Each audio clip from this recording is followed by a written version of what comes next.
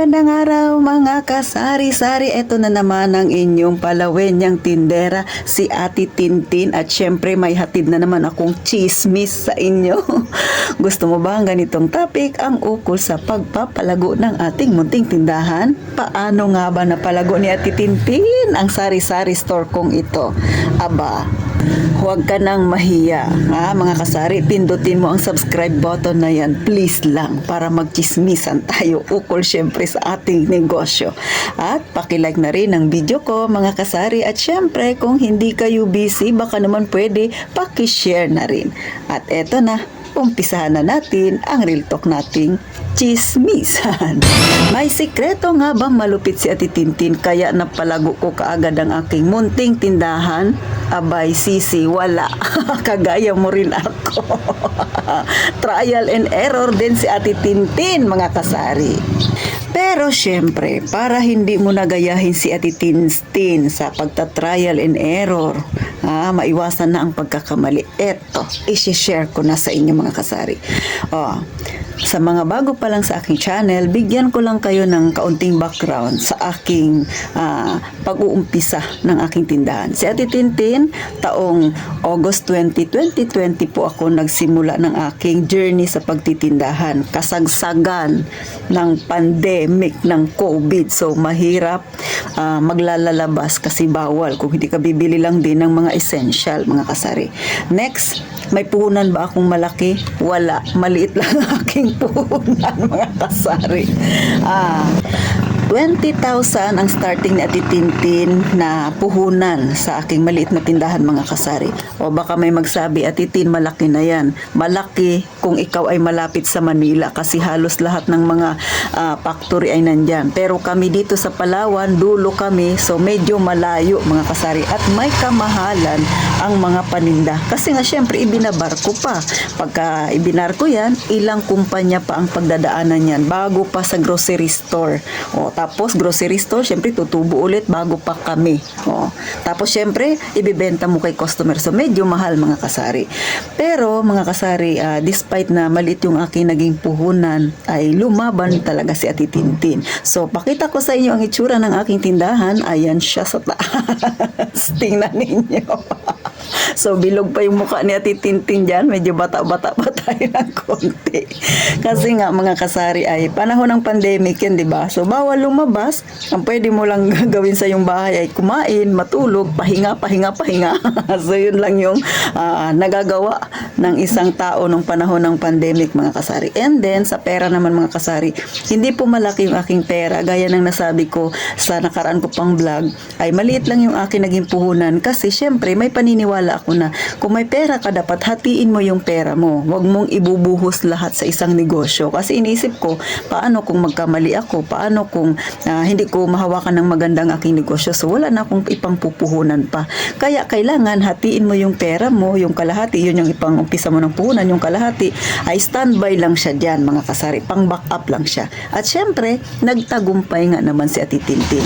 So from 20,000 mga kasari, eto na ngayon ang itsura ng tindahan ni Ate Tintin. Mga kasari, so kahit sa likod nakikita nyo naman mga kasari na medyo dumami na ang aking paninda kumpara nung mga unang taon talaga ng aking pagtitindahan. Alam niyo mga kasari, sa pagtitindahan walang sikreto yan. Lahat ng mga yan ay lantad sa mga tao, tsaka lantad sa ating mga tindera kung paano ba tayo nag-umpisa ng pagtitindahan. Ano ba yung ginagawa natin para madaling mapalago. Pero ito, isi-share ko pa rin mga kasari, no? Syempre, lalo na sa mga kauumpisa pa lang ng kanilang tindahan. Kahit nagaano pa kalitang yung puhunan, kailangan lang maging masipag ka. Masinop ka. Gaya sa akin, no, 20,000 mga kasari. So nakita nyo naman siguro sa picture, sobrang alug-alug pa ng itsura ng aking tindahan mga kasari. Halimbawa, ngayong araw na ito, lahat ng aking benta, kinabukasan, binibili ko yan siya kaagad. So, kailangan masipag ka. Tiyagaan din. So, nung pandemic, mahirap sumakay ng tricycle dito sa amin kasi nga, iilan lang yung biyahe. Yung iba ay pinagbawal pa. Sa isang tricycle dati ay isa lang ang pinapasakay. So, luging-lugi si driver. Kaya, medyo may kamahalan ng pamasahe. So, naranasan ni Ate Tintin maglakad. May dala akong bag na pack bag. Ganyan, nilalagay ko sa harapan ko. May bit-bit ako na bayong mga kasari. So, ranas ko yan. Kasi nga, nang nanghihinayang ako sa ipapamasahe ko.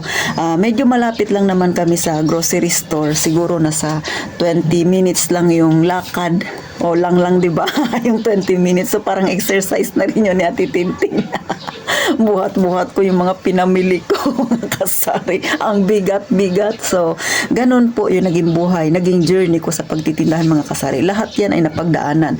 And then, nagsipag, magrepack, tsaka syempre, ikaw tindera, makinig ka rin sa mga customer mo, sa mga gusto nilang itinda mo, pag-aralan mo, magiging mabenta kaya ito. Tapos, focus ka doon sa fast moving mo, medyo kaunti lang yung i-stack mo doon sa slow moving mo, mga tipong ganun, mga kasari. Mag-isip ka pa ng pwede mong idagdag sa yung tindahan, so paunti-unti. At syempre, mga kasari, ang pinakamahalaga, iwasan muna talaga yung magpautang. So, eto na ngayon, nag-boom na yung tindahan ni Ate Tintin, di ba? Pero naranasan din ni Ate Tintin na bumagsak.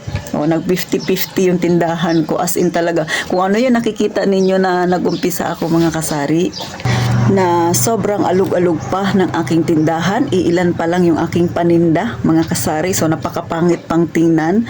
Ay, ngayon, kung makikita ninyo, ay okay naman na ang aking tindahan, mga kasari. So, ang pagtitindahan kasi, mga kasari, dapat mahaba ang iyong pasensya. Hindi lamang ang pasensya mo ay para sa sarili mo, kundi maging sa mga customer mo. Kasi mararanasan mo talagang iba't ibang pagsubok na yan, mga kasari. So, sa lahat ng napagdaanan ni Ate Tintin, gumanda ang negosyo, tapos muling halos bumagsak, tapos bumangon akong muli. So, eto na siya ngayon. Sa pangalawang pagtayo ko, hindi ko napapayagan na muling bumagsak. Baka hindi na ako makabawi, mga kasari. Pero sa totoo lang, ang pagpapalago ng tindahan ay wala talaga siyang sabing sikreto, kundi diskarte ang matatawag. So, eto talaga, para sa akin na opinion ko lang, no, diskarte ang kailangan, mga kasari. Kasi kung hindi ka didiskarte, ay antay ka lang dyan ng customer, wala ring mangyayari. At saka, mas mainam talaga, maganda rin yung communication mo sa customer mo. Kung baga ikaw ay good listener sa kanila, sa mga gusto nilang ibenta mo. Kasi makakatulong sila ng malaki para madagdagan ang iyong kita, mga kasari. Kasi maaring mapagkunan mo pa yan ng idea yung kanilang sinasuggest sa iyo, mga kasari. So, paano hanggang dito na lang si Ate Tintin? Para sa akin, no, ang pagtitindahan kailangan tiyagaan, kailangan masinop, mga kasari. At saka, huwag mong papayagan na pag nagpautang ka, which is hindi naman talaga maiiwasan, ay dapat may limitation lang. Lagi yan ang inuulit-ulit naming mga nagbablog ukol sa pagtitindahan. Kahit saan ka manood na nagbablog na ukol sa tindahan, talagang sinasabing huwag kang magpautang. At kung hindi maiiwasan, maglagay ng limitation, mga kasari, para hindi maging kawawa ang iyong maliit na tindahan. For the go tayo lagi, mga kasari, huwag paatras. So, paano hanggang dito na lang muli sa Titintin? Sana nakapagbigay ng kaunting idea, lalo na sa mag-uumpisa pa lang ng tindahan. At gaya nga ng palagi kong sinasabi, mag-iingat tayong palagi, mga kasari.